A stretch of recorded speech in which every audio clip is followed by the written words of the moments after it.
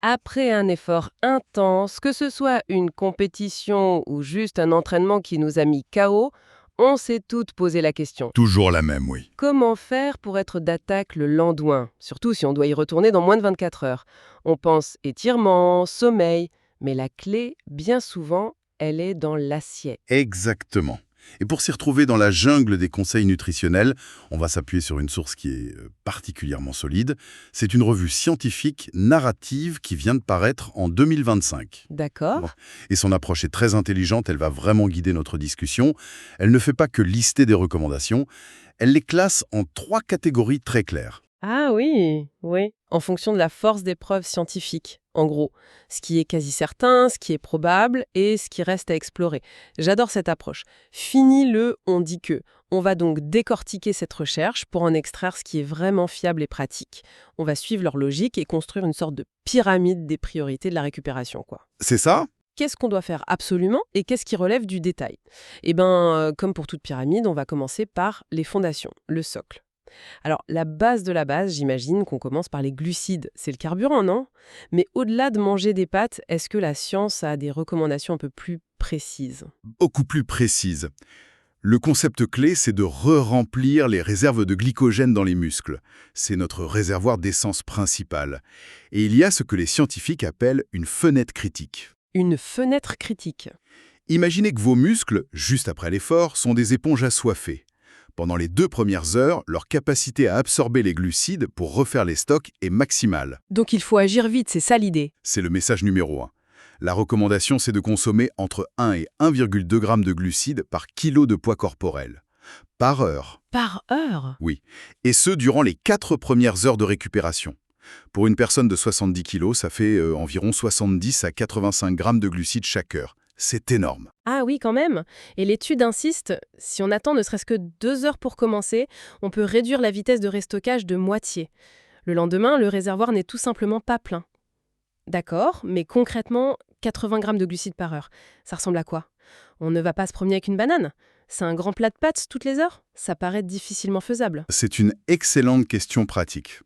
C'est là que les boissons de récupération, les gels ou même des aliments simples comme des bananes et du pain blanc entrent en jeu. L'idée est de fractionner. D'accord. Ça vous approche déjà de cet objectif pour la première heure. L'important, c'est de comprendre l'urgence et la quantité. Le comment, ensuite, ça s'adapte à chacun. Ok, donc vitesse et quantité. Maintenant, le type de glucides. On entend tout et son contraire. Glucose, fructose, est-ce que tout se vaut pour remplir ces fameuses éponges musculaires? Pas tout à fait. Et là, les détails sont fascinants. Pour le glycogène musculaire, le glucose est le roi. C'est lui que le muscle utilise le plus efficacement. Les poudres comme la maltodextrine, c'est essentiellement des chaînes de glucose. D'accord. Ce qui est un peu contre-intuitif, c'est que l'ajout de fructose, donc le sucre des fruits, n'accélère pas le remplissage des muscles.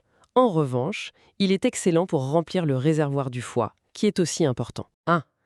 Et il y a un autre avantage, souvent sous-estimé, combiner les deux, glucose et fructose, ça peut réduire les troubles gastro-intestinaux. Le système digestif gère mieux un mélange qu'une dose massive d'un seul sucre. Là, on touche à un sujet qui a rendu tout le monde fou il y a quelques années, l'indice glycémique. Les fameux sucres lents et rapides. Je me souviens des débats sans fin là-dessus. Ah oui? Qu'est-ce que la science en dit aujourd'hui spécifiquement pour la récupération? Faut-il se jeter sur les bonbons? Le débat est plus calme aujourd'hui, on a plus de recul. Sur une fenêtre de récupération longue de 24 heures, oui, les glucides à indice glycémique élevé, pain blanc, pommes de terre, riz blanc, sont plus efficaces. Par contre, et c'est une nuance cruciale pour ceux qui enchaînent des épreuves, sur une fenêtre très courte de quelques heures, la quantité totale de glucides est bien plus importante que leur indice glycémique. Donc, dans l'urgence, on se préoccupe du volume, pas de la vitesse d'absorption de chaque sucre. Exactement. Parfait. On a fait le plein de carburant, mais le moteur a aussi subi des dommages. J'imagine que c'est là que les protéines entrent en jeu, pour réparer la carrosserie en quelque sorte. C'est exactement ça. L'objectif, c'est de stimuler ce qu'on appelle la synthèse des protéines musculaires. C'est le terme scientifique pour dire réparer et reconstruire les fibres. D'accord. Et là, la recherche est assez claire. Une dose de 20 à 40 grammes de protéines de haute qualité après l'effort, ça semble maximiser ce processus. On a longtemps parlé de la fenêtre anabolique, cette idée qu'il fallait absolument boire son shaker de protéines dans les 30 minutes suivant effort. Ah ça, Sinon, c'était trop tard. C'est toujours d'actualité, ça? C'est un des grands mythes qui a été, disons, nuancé. Cette fenêtre n'est pas si rigide. Ce qui compte vraiment, c'est l'apport total en protéines sur la journée et surtout sa répartition. Sa répartition, c'est-à-dire? Il vaut mieux consommer ces 20 à 40 grammes à plusieurs reprises, toutes les 3-4 heures, plutôt qu'une dose massive une seule fois. Les recommandations globales, c'est environ 1,2 à 1,8 grammes par kilo pour l'endurance, et ça peut monter jusqu'à 2,2 grammes pour la force. Ok, mais on voit des rayons entiers de protéines différentes, c'est un vrai marketing. Concrètement, pour une sportive amateur, est-ce que la différence entre de la whey, de la caséine ou disons une bonne portion de lentilles est si cruciale juste après l'effort? La question est pertinente. Pour l'élite, oui. La différence est significative. La whey est riche en leucine, un acide aminé qui est comme un interrupteur pour la construction musculaire. Et elle est absorbée très vite. Donc c'est idéal pour lancer la réparation. Et la caséine? Mais la caséine, elle, est plus lente, donc intéressante pour maintenir cette réparation sur la durée, par exemple avant de dormir. Quant aux protéines végétales, elles sont efficaces, mais il en faut souvent un peu plus pour avoir le même effet. Donc pour la plupart des gens, le message est simple. Assurez-vous d'avoir une source de protéines de qualité après votre effort. Que ce soit un yaourt grec, des œufs ou un shaker, l'important c'est de le faire. Le choix de la source est de l'optimisation de second ordre. On en arrive au fameux duo, l'association glucides-protéines. On a longtemps dit que c'était la combinaison magique. Est-ce que 1 plus 1 égale vraiment 3 ici? La réponse de la science est un oui, mais. Si votre rapport en glucides est déjà optimal, on revient à nos 1,2 GKG, alors non. Ajouter des protéines n'accélérera pas le remplissage du glycogène. Ah, d'accord. Là où le duo devient intéressant, c'est quand l'apport en glucides est un peu juste. Là, les protéines donnent un coup de pouce. D'accord, donc ça ne booste pas le plein d'essence, mais est-ce que ça améliore la performance le lendemain? C'est ça la vraie question au final. Et là, les études montrent des effets qui sont faibles en pourcentage, mais qui peuvent être énormes en pratique. On parle d'une amélioration de la performance de 0,6 à 1,6%. Soyons honnêtes, un gain de 1%, pour l'immense majorité des sportifs, c'est totalement imperceptible. On parle vraiment d'une stratégie réservée à l'élite qui se bat pour des millièmes de seconde, n'est-ce pas? Absolument, c'est la distinction cruciale à faire. Pour 99% des gens, le bénéfice principal, c'est la commodité. Pour l'athlète olympique, ce 1% peut être la différence entre la 4e place et la médaille d'or. C'est une stratégie de pointe, pas une règle de base pour tout le monde. C'est exactement ça. C'est bon de préciser. On termine la base de la pyramide avec un point parfois oublié, mais qui est, j'imagine, non négociable. L'hydratation. Non négociable, c'est le mot. La déshydratation dégrade la performance, c'est un fait. L'objectif est simple à énoncer, plus dur à appliquer. Il faut remplacer 125 à 150% du poids qu'on a perdu en transpirant. Donc si j'ai perdu 1 kilo, il faut que je boive entre 1,25 et 1,5 litres. Exactement. Et l'étude mentionne un concept génial, l'indice d'hydratation des boissons. Attendez, ça c'est complètement contre-intuitif. On nous martèle de boire de l'eau, et là, la science nous dit que le verre de lait du petit déjeuner ou le jus d'orange sont en fait plus efficaces pour se réhydrater. C'est exactement ça. Le lait, qu'il soit écrémé ou entier, et le jus d'orange ont un meilleur indice d'hydratation que l'eau. Mais pourquoi? La raison est simple. Ils contiennent des nutriments, des sucres, des protéines, des électrolytes, comme le sodium. Ces éléments aident le corps à retenir l'eau que l'on boit, un peu comme une éponge. L'eau seule a tendance à passer très vite dans le système. Donc les boissons pour sportifs, finalement, essayent juste de copier la composition du lait, mais en moins bon. C'est une façon un peu provocatrice de le dire, mais il y a du vrai. Elles ajoutent des électrolytes et des glucides à de l'eau pour améliorer la rétention. D'ailleurs, une autre stratégie efficace, c'est simplement de boire de l'eau en mangeant. Les aliments ralentissent le passage de l'eau et améliorent son absorption.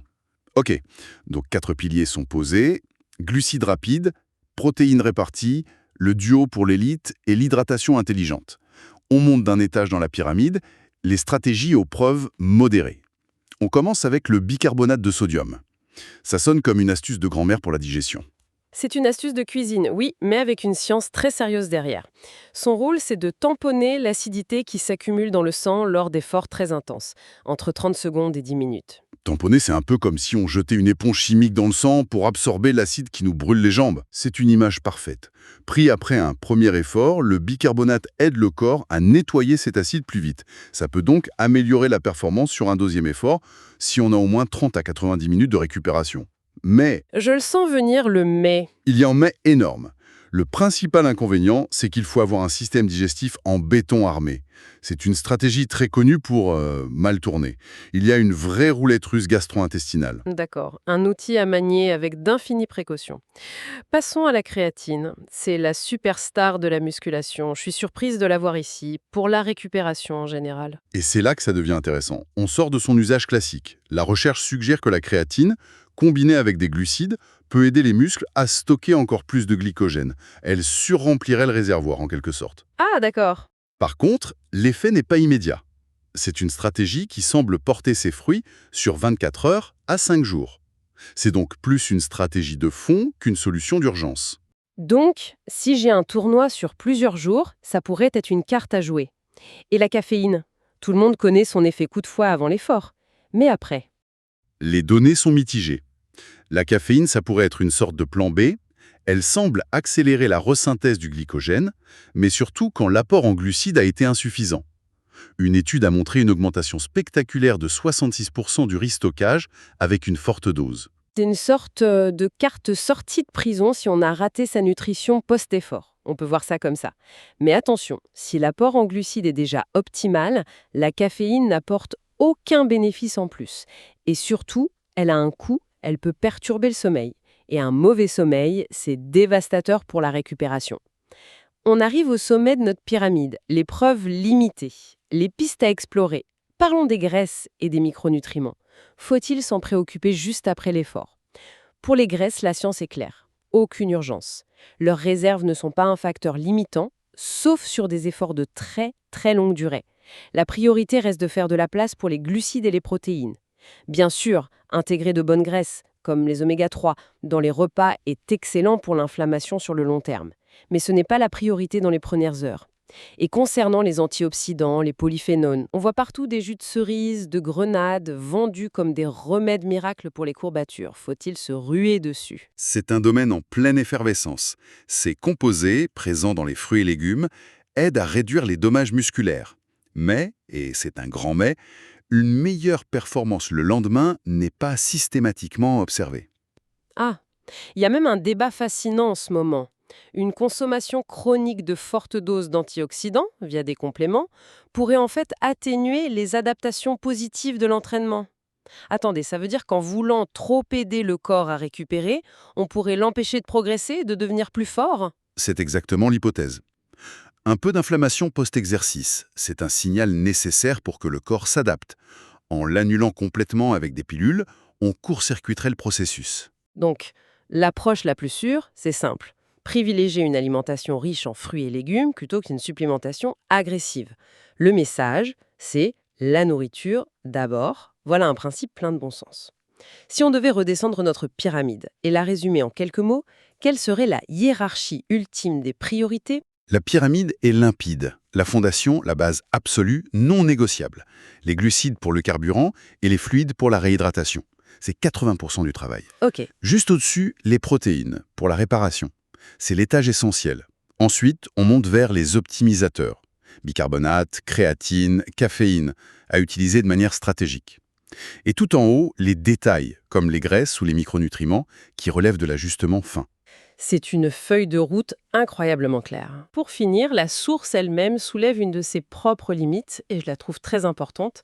La grande majorité des études sont menées sur des athlètes masculins.